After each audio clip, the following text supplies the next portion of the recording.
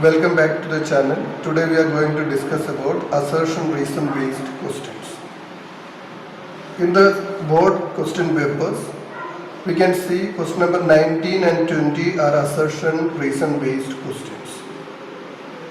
If option A and B are true, that means if assertion A and reason R are true, then we have two options.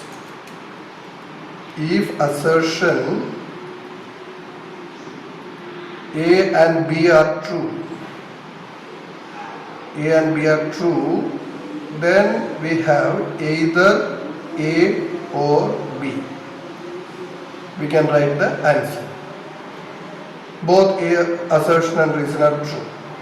And reason is the correct explanation of assertion. If the reason says the correct explanation of assertion, then we can write A. Otherwise, if reason and assertion are correct, but reason is not the correct explanation, then we can go for B.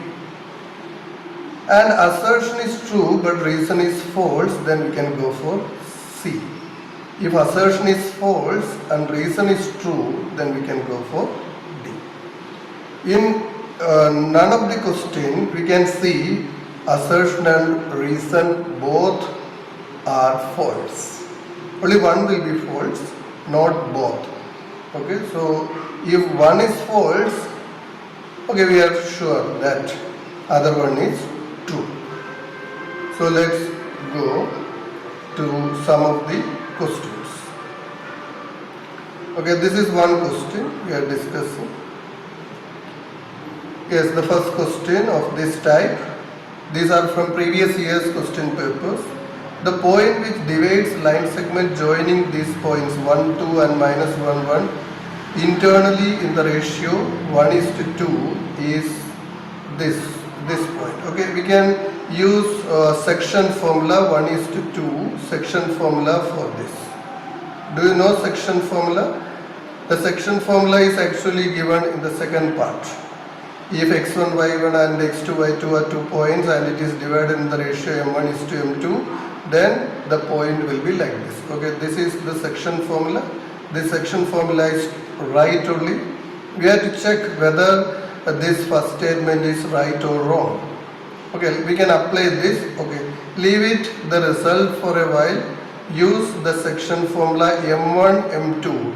This first part of the ratio is m1 and the second part of the ratio is m2. So we can apply m1 into x2. The point is like this, m1 x2 plus m2 x1 by m1 plus m2. Okay, let's do x first. Here first point is x1 y1. This is x1 y1 and the second point is x2 y2.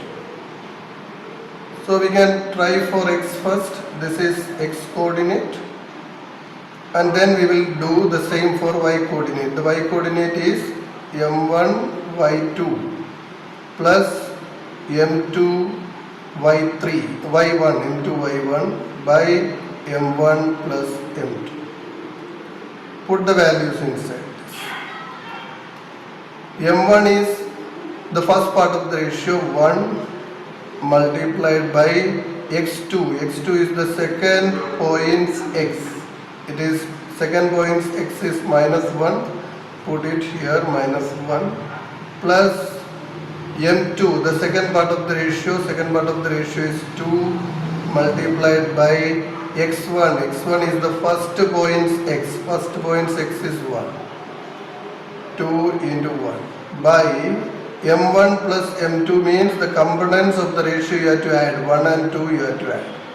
1 plus 2. The same you have to do for y.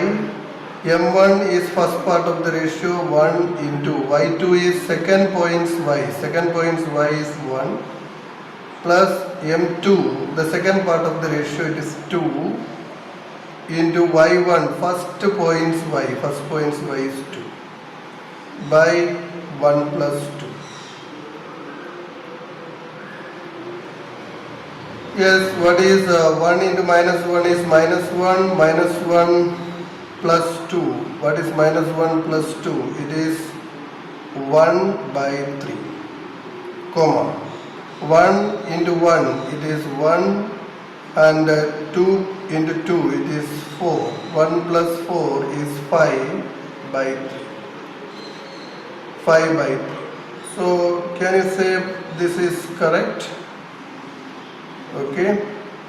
This we are getting here 1 by 3, and here it is minus 1 by 3. So this is, the first statement is wrong and the reason is correct. Assertion is wrong means we are going to option D. Okay, option D. Okay, I hope you got this. Let's go to the second part of the question. Okay, what is the second part of the question says? In a cricket match, a batsman hits a boundary 9 times out of 45 balls. Okay, out of 45 balls, 9 times he is hitting the boundary. Out of 45 balls. Okay, so what is the probability that he did not hit the boundary? The question is, be careful, did not hit the boundary. What is the probability of did not hit? Okay, you can also make in two ways. 45 balls, 9 times he has hit the boundary. Then how many balls he has not hit the boundary? 45 is total. 9 times hit the boundary. So 45 minus 9 times he has not hit the boundary. That means 36 times he has not hit the boundary. Out of total 45 balls. When we write the probability, the total number of balls we have to write down. Okay. Then you have to cancel out by 9 because both are coming as the multiple of 9. So you get 4 by 5. So this answer is correct. And probability of happening and not happening together is always 1. Okay. This property is actually used here. You can find probability of hitting the boundary. What is the probability of hitting boundary? Probability of hitting boundary is actually 9 out of 45. And you can cut and write it is 1 upon 5.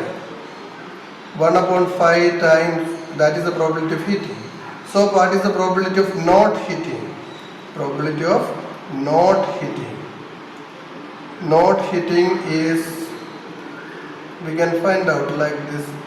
1 minus probability of hitting. What is the probability of hitting? It is 1 by 5. That you can minus from 1. So it is 4 by 5. Taking the LCM, you will get 4 by 5. So this is correct, this is also correct, and this reason is the correct explanation for the first one. Okay, so the option A is the correct answer for this. Okay, let's go to the next part of the question, next questions.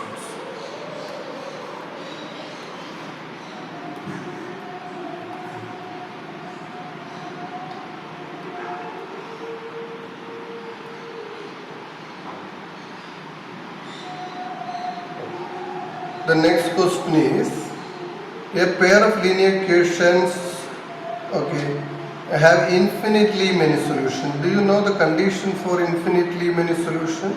We should know the condition for infinitely many solution. It is a1 by a2 is equal to b1 by b2 is equal to c1 by c2. Then only they will have an infinite number of solution. That is given in the reason part. So reason is correct. And we have to check, is this particular pair also follow this a1 by a2 is equal to b1 by b2 is equal to c1 by c2, whether it is followed or not. We can check it by taking the value of a. What is meaning of a? A means coefficient of x. Coefficient of x of first equation, it is a1. Coefficient of x of second equation, it is a2. Like that it goes. Okay, we can put the values.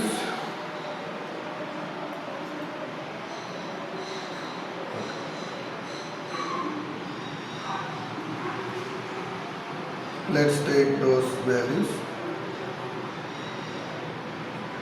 So a1 means the 5 here. 5 is the x coefficient in first equation, and in second equation x coefficient is 7. 5 upon 7 is equal to. Check it whether it is equal or not. Second equation's first equation's y coefficient is 2, and the second equation's y coefficient is b. B is 6 here, 6, and C means constants. What C means constant, C1 means constant of first equation. What is the constant of first equation? 6, and C2 means constant of second equation, it is 80.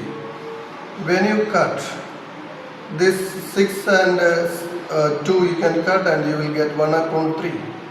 6 and 18 you can cancel out and you will get 1 upon 3. 1 upon 3.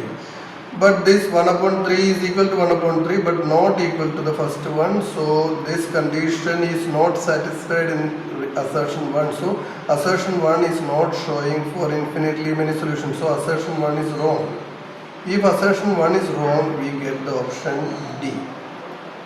Okay, option D. And next question. It is very easy question. You can see it. The probability of getting a number 8 on rolling a die is 0. Okay, let's move this a little bit. Okay. See this? Probability of getting a number 8 on rolling a die is 0. Because on a die you can see which numbers on the top, either 1 or 2 or 3 or 4 or 5 or 6. Never it comes 8. So the probability of getting 8 is 0. The reason is, so it is true because never we are getting 0. And the probability of an impossible event's probability is also 0. So this is the reason, both are correct, and the reason is the correct explanation of the assertion. So we get the answer A. Okay, the answer is A. Well, let's go to next question.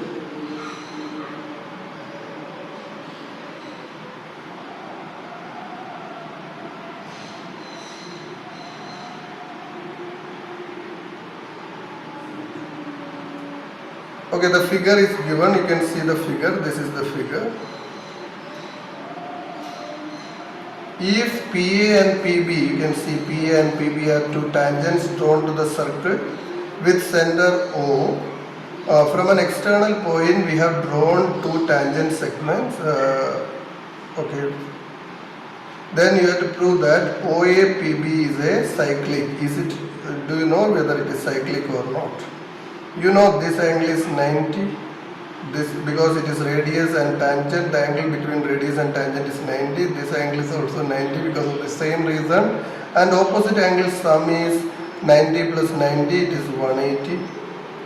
Since the opposite angle sum is 180, the figure OAPB, okay, the figure OAPB is cyclic quadrilateral. Why it is cyclic? Because their opposite angle sum is 180.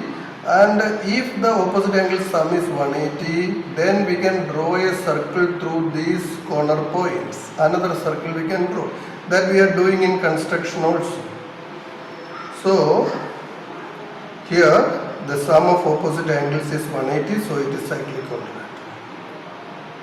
In a cyclic quadrilateral, opposite angles are equal, sometimes equal, but always it is not equal. In this case, you may be feeling, okay, here we are getting, here this angle is 90 and this is also 90. So in this case they are equal, but other pair of opposite angles, their sum is also 180 because sum of all four angles together in a quadrilateral is 360. So the other angle O and P sum is also 180 because the angle sum property of quadrilateral tell you the sum of four angles is 360 and the two of them are 90, then the other two together makes 180. This and this angle O and angle P sum is 180. But it is not necessarily be equal. Maybe one is 10 degree, other is 170 degree. Okay, so it is not necessarily be equal the opposite angles. In the case of A and B in this particular figure they are equal, but always the opposite angles are equal is not true for cycling. So the reason is wrong. but the top one is correct because opposite angle sum is 180. The other pair of opposite angle sum is also 180. So we can say a circle can be drawn through these corner points A, O, B, P. Okay. So which option is here? The reason is wrong. Reason wrong means the option C is the correct. Okay. Next. The zeros of this polynomial are -1 and 3. How do we can find the zeros? Okay. By splitting the middle term we can find the zeros, or by graph we can find the zeros. Okay. When a question comes, we are trying to split the middle term and find the zeros. That is the easy way. Split the middle term. -2 is the middle term and coefficient of x square is 1. Multiply 1 and 3, you get 3. The last sign is minus. So difference of two numbers is 2 and the product of two numbers is 3. 3 has only one combination. 3 into 1 is 3. So this 2 middle term can be written as, we can write it as x square minus bracket of 3 minus 1 into x minus 3. And then you split it and write x square minus 3x. This minus opens the bracket. It will become plus 1x minus 1. Take common factor from first two. You get x is common and in the bracket x minus 3 plus 1 into x minus 3. And take common factor from first two brackets. You get x minus 3 and x and plus 1 are remaining. X plus. So what is the 0 from the first bracket? It is plus 3. Take the opposite sign of this and you write. What is the 0 from the second bracket? Plus 1 is there. Take its opposite sign and write. So 3 and minus 1 are the zeros. It is written 3 and minus 1 only. And they are saying, so the assertion is correct. When you draw the graph, you are getting at x-axis they are meeting at these points. Okay, you can see when I have drawn the graph, actual graph also I have drawn. You can see here the actual graph is here. Then the graph is intersecting at these points. You can see here -1 0 and 3 0. Whenever the graph is intersecting x-axis, at that point what is the value of x? The value of x is -1 and value of x on the other side is 3. Then the y coordinate is 0. Y coordinate means the polynomial becomes 0. Y means polynomial. Polynomial's value is y coordinate. Polynomial becomes 0 when x is -1 and x is 3. So this is also true. Okay, both are true. If both are true and this is the reason for this, yes, in one way, if you are using graphical method, then this is the reason for the assertion. Assertion is the correct reason. No, reason is the correct reason for the assertion. So this is A. If you follow graphical method and do this, the reason is the correct explanation for the assertion. Okay. If you follow any other method, you may think other way also we will get, but the question is graphical based. Okay. So follow that way.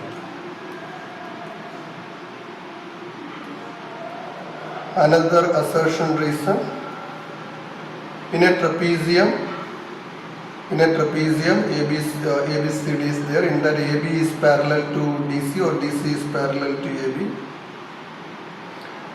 such that EF is parallel to AB, and then this is there. And okay, I'll show it through the graph picture. Actual diagram is here. Okay, this is the diagram. ABCD is there, and here D and E and F are the points on AD and this figure name is okay, AB and C and D are here. Okay. C is here, AB and C is here and D is here. Okay, on AD side it is E and this side it is F.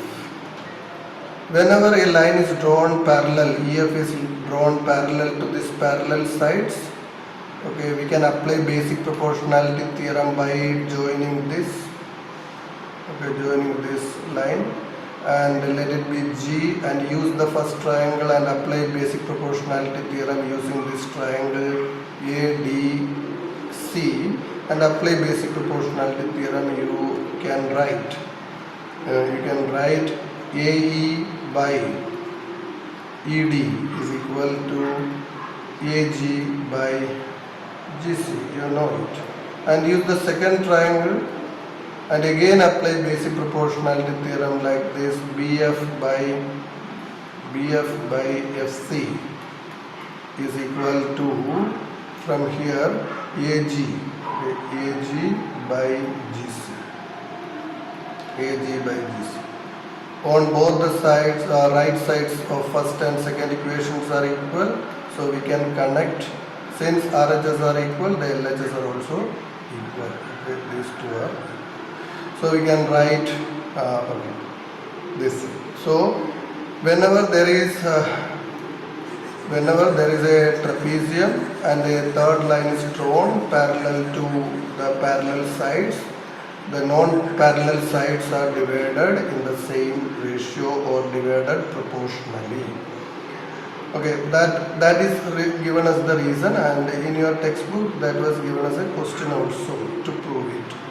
So this reason, because of this reason, and this answer is getting. Okay, don't write if a 2-mark question is asked. Don't write this reason. You won't get any mark. You have to prove it by basic proportionality. So both are true, and this is the correct explanation for the assertion. So option A is the correct answer. And next question. Degree of a zero polynomial is not defined. We cannot define a degree of a zero polynomial because zero polynomial is just zero. Okay, if a child can write x raised to 1 also, we can write, its meaning is 0 into anything, its value is 0 only. A child has written 0 into x raised to 100, its result is also 0. And a child writes x into x raised 0 into x raised to 100 and he writes its degree is 100, is not correct. Other child has written 0 into x raised to 1000 and he is telling 0 polynomial's degree is 1000, it is not valid. So whenever it's a zero polynomial means it has only 0, no other number in that polynomial. We cannot define what is its degree. If a child is writing 1, other child can write 10, other child can write 100. It is not only 10, 100, any number they can write. A child wrote 5 and then he says its degree is 5. It is wrong. Okay. So if it's a zero polynomial, we cannot say what is its degree is. So it is not defined. This is a 9th standard question. You know in 9th standard it was explained in your textbook. So this is right. Degree of a non-zero constant. You take a non-zero constant like 5. What is its degree? You can write 5x raised to 0. Its degree is 0. That is also true, but they have no connection. One is speaking about zero polynomial, one is speaking about non-zero constant. They have no connection at all. One is speaking about 0, other is speaking about non-zero constant. They have no connection, but both are correct. So we give the option B. Okay. Next.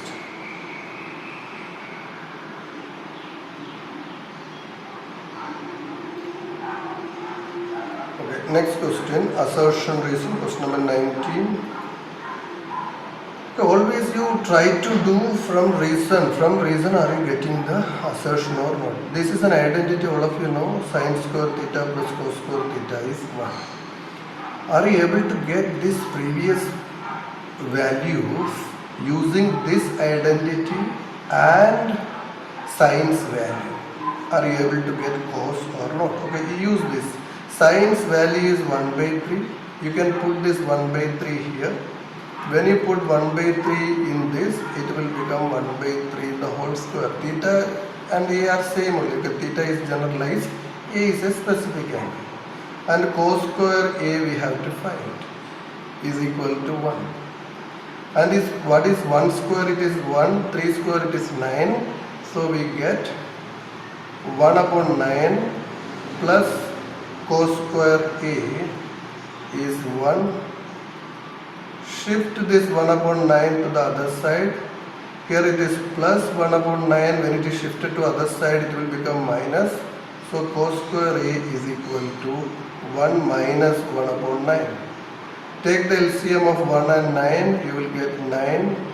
And cross multiply. 9 will cross this and 1 will here. And 9 minus 1.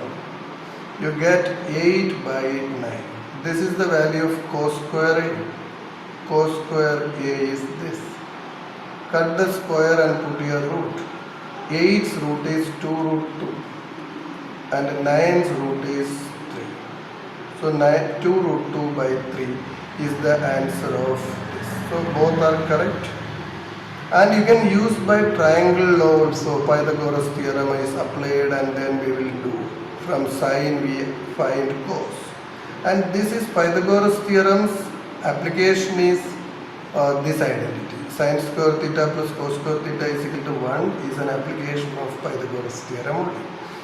So from this formula is true, this is an identity, this identity is true. Using this identity we can find the previous one. So both are correct and the reason is the correct explanation for the assertion. So it is A. Option A is the correct answer. Okay. Next question. Two cubes each of length 10 cm are joined together. The total surface area of two cubes is this 1200. Okay. Two cubes. Okay.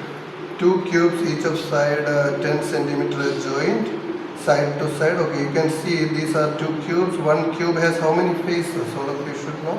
It has 6 faces and this also has 6 faces. Suppose we are joining these two faces together. Okay, so this face will be hidden and this face will be hidden. When you join these two cubes together, they will be attached, so we cannot see these two faces.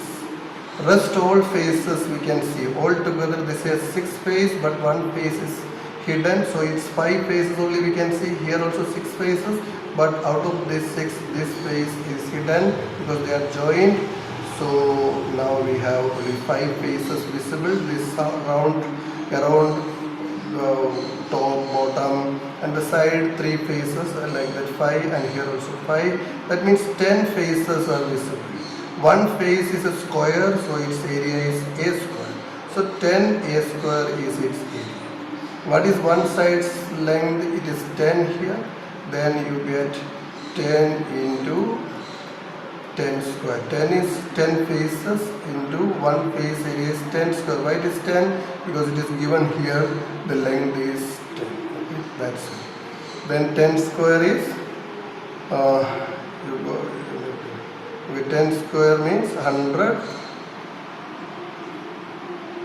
10 square is 100. 100 into 10 it is 1000. 1000 square centimeter. But our answer says it is 1200. Why they got 1200? They have taken all 6 from here and 6 from here. That means 12 faces they have taken. But when we join them, it is not the case. When we join, what will happen? This cube may come to this face and they may hide each other. Okay, that's it. And okay, you understood what is wrong. This first is wrong. So definitely second is correct. No need to check whether it is correct or wrong. Okay, otherwise also each face of a cube is of 10 centimeter is 100 because 10 is there, then 10 square it is 100. Each face is 100 square centimeter because it is a square. Each face is a square. So it is correct. So assertion is wrong means we are going to which option? D option. Okay. Next question.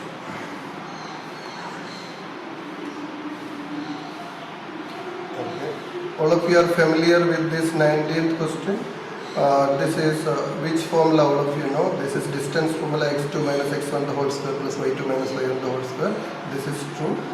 If we are taking a distance of AB from origin, what is the meaning of origin? It is 0, 0. From 0, 0, if you take the distance, it is A2. Okay, you can take this point is x2, y2, and or this is x1, y1. Then you take A minus 0, it is A minus 0 is A square and B minus 0 is B square. But there is one more thing, there is a root. The root is missing, so this first part is wrong and second part is correct. Assertion is correct. But no, assertion is wrong and the reason is correct. So assertion is wrong means we are getting which option? D. Okay. Next, assertion is product of two. Okay. If you multiply this root 2 into 5, you get 5 root 2. 5 root 2 minus, what is root 2 into root 2? Root 2 into root 2 is root 4. Root 4's answer is 2. After multiplication also, one root is remaining, so it is which type of number? In the final answer, if root remains, it is definitely irrational. Okay, so this is correct. The assertion is correct. Product of two irrational number is always irrational. Two irrationals we multiply, then it is always irrational. Check it. Some other example here. Root 2 is irrational. The second part is also irrational. In this case, irrational into irrational, we got irrational. That is correct. Is it always true? Let's take the example of root 2 into 5 root 2. Okay. Another one. So what is root 2 into root 2? It is 2, 2 into 5, 10. It is not like that. Always irrational's product is irrational. Many cases it is right, but all cases it is right. So here assertion is correct, reason is wrong. So we are writing option C. Okay. Let's go to next question.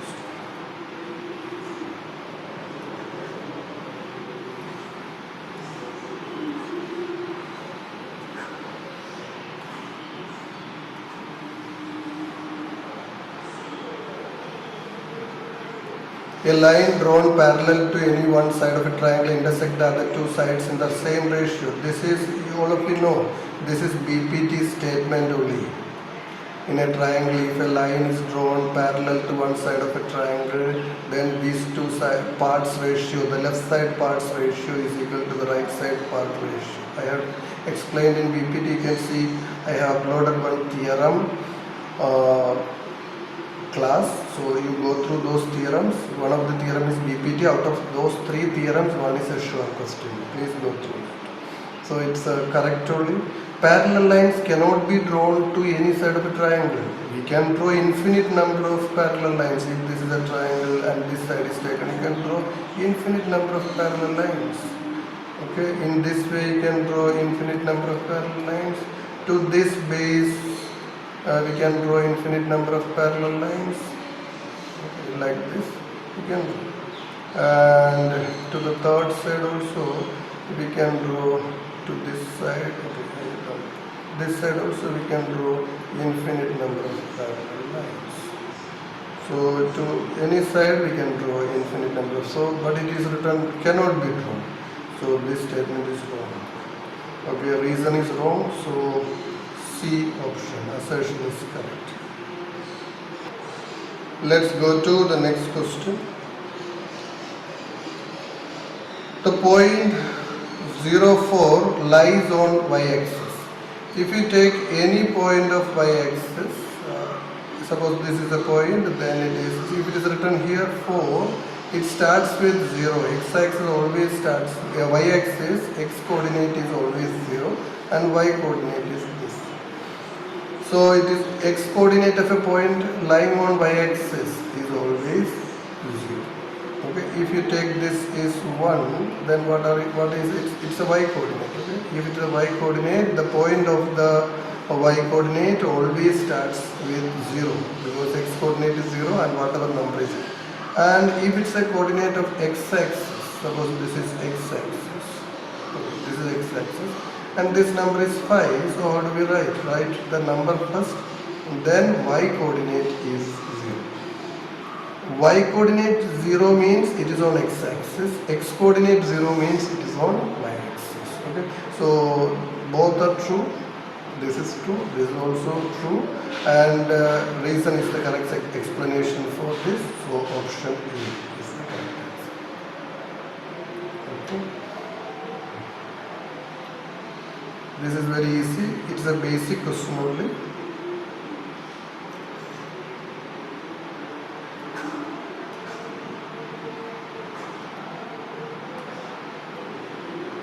Yes, next is midpoint of a line segment divides the line segment in the ratio 1:1.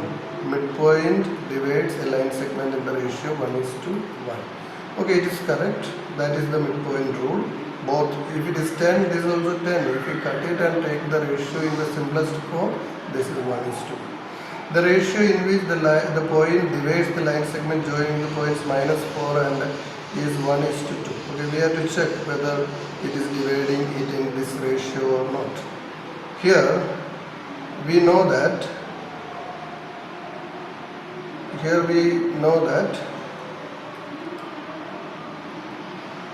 its x coordinate we know. Okay, x coordinate of the point is -3 and the end points are given, and use this ratio. Okay, using this property, find x coordinate of the point. This point is in between and these are the end points. Okay, these are the end points. We will draw a line segment, and here it is -5, 4, and this end point is -2, 3, and in between one point. It is not necessary it is the midpoint. It is definitely not midpoint because it is 1:2. Whatever length is up to this, its double length is here, so it is not midpoint. And its coordinate is -3, k. K we don't know. Okay, we are verifying. Okay, whether this 1:2 is right or wrong by finding its x coordinate using section formula. If you are getting x coordinate is -3, it is correct. Okay, let's try using the x coordinate and section formula. m1 x2 plus m2 x1 by m1 plus m2. Put the values and check it. m1 is first part of the ratio. It is m1. Okay, first part of the ratio is m1. m2 is second part of the ratio. m1 is 1 into x2 means second point's x. What is the x of second point? Is -2. 1 into -2 plus m2. m2 means second part of the ratio. It is 2 into x1 means first point's x, -5, by m1 plus m2, 1 plus 2. What is 1 into -2? It is -2, and 2 into -5, -10, -2 minus 10, it is -12 by 3. Cancel out, you get -4. So x is -4 as per this, but here it is getting -3. So this is wrong. Assertion is correct. If assertion is correct, you are getting C option. Okay? Assertion is wrong. Assertion is correct and the reason is wrong.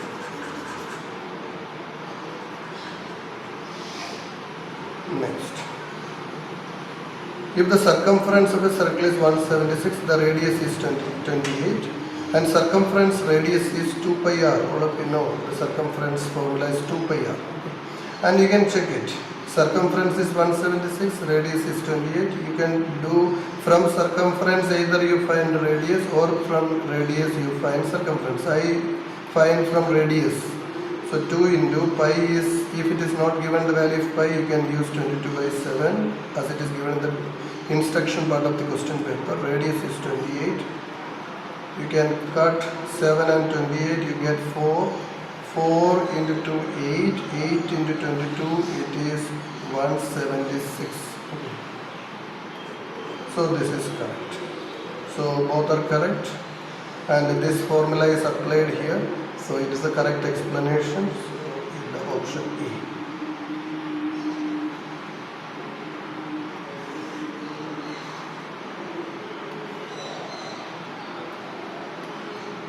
The tangents drawn at the end point of a diameter of a circle are parallel. You take any circle and draw a diameter. It is drawn here, a circle is drawn, one diameter which is drawn with this violet ink, you can see. This is the diameter, and the end of the diameter, if you draw two tangents, this angle is 90 because radius and tangent in between 90, here also 90, alternate interior angles are equal, so the lines are parallel. Okay? Or to a particular line, two lines are perpendicular, then it forms an H shape, okay, and these two are parallel always. Okay, that is true only. The tangents drawn at the end of a diameter are parallel to each other. That was a question given as an exercise question. Diameter of a circle is the longest chord. Yes, it is also true. In a circle, which is the longest chord? The question is asked, which is the longest chord? Diameter is the longest chord. You can see, draw small chords. Chord means any 2 points you join of the circle. Circle is any 2 points. Which is the longest chord? Diameter is the longest chord. Okay? That is also true. Both are true. But this is not the reason for this. Its reason is angle between radius and tangent is 90 degree. Okay? At the point of contact. So the option B is the correct. Both are correct, but not the correct explanation for assertion. Next question. If the graph of a polynomial touches x-axis at one point, then polynomial cannot be a quadratic polynomial. Here I have drawn a graph here. This graph, you can see it is touching the x-axis at only one point. Okay, at one point only it is touching. Still, it's a quadratic, you can see it. Sometimes some of the quadratic graph is going like this, not even touching the x-axis. They are not even touching the x-axis. Here only it comes. Okay. Still it is quadratic. Sometimes the graph is cutting in two places. Then it has two zeros. So all three possibilities are there. Some quadratics have zero solutions, some have two solutions, and some have one solution. That all you know depending on the value of d. If d is less than 0, negative, then zero solutions. Okay? Zero solution means they are not intersecting the x-axis or touching the x-axis. If d is 0, it has one solution or unique solution. If d is greater than 0 or positive, it has two solutions like this. Okay, maximum 2, minimum 0. A polynomial of degree n can have at most n zeros. That means if degree is 2, it has maximum 2 zeros like this graph. It is intersecting in two places, so it has 2 zeros like this. So if the degree is n, it can have maximum or at most n zeros. Whatever is the degree, that many zeros it is n. It is true, but the first is wrong. Okay, if it is touching at one point, okay, majority of cases we have studied like this only. Linear or straight line graphs are only touching the x-axis at one point. You know it.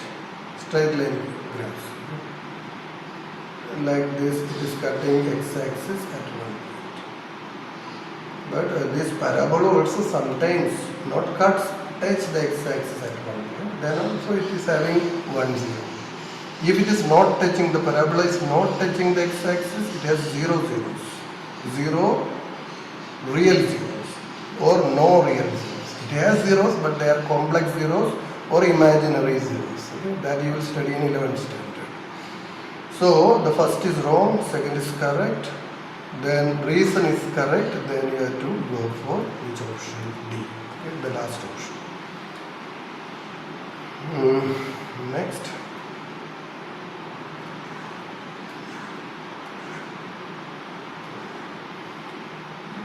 common difference of these 2 points. Okay, if you take the common difference, okay, the common difference is 4. Many of the students feel this is correct, but it is not correct.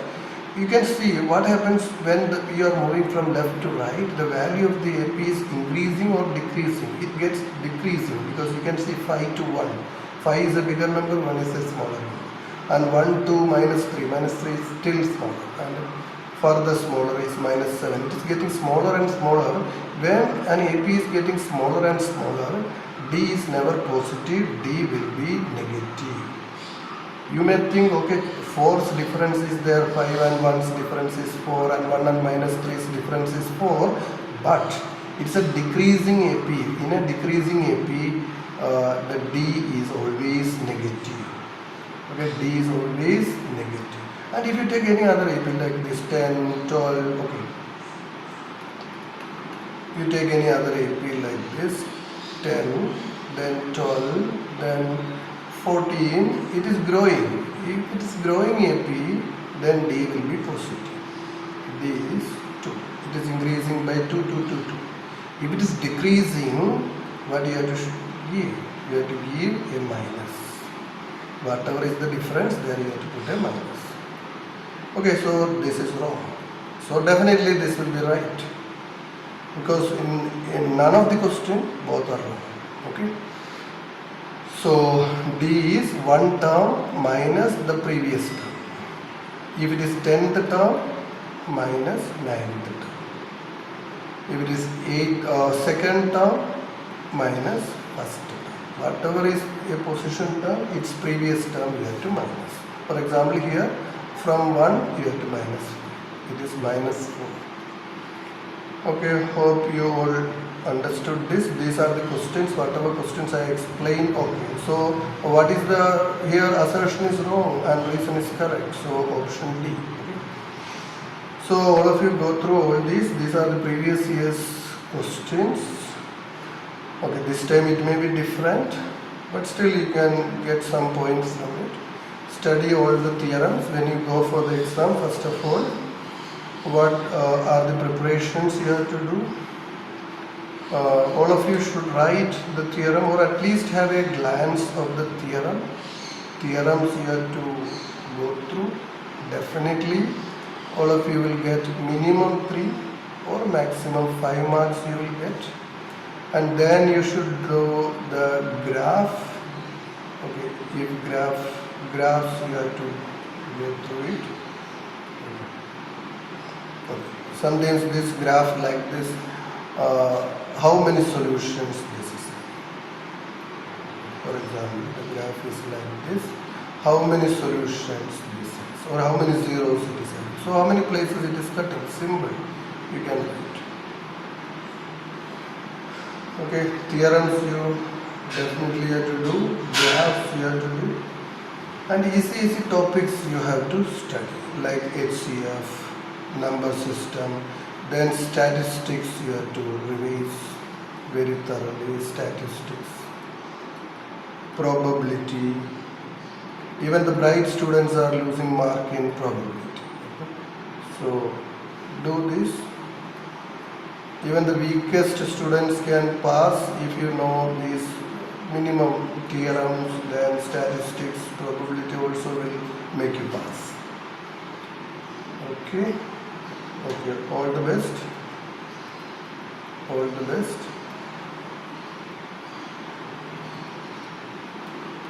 You all will get very good marks. I am stopping it here.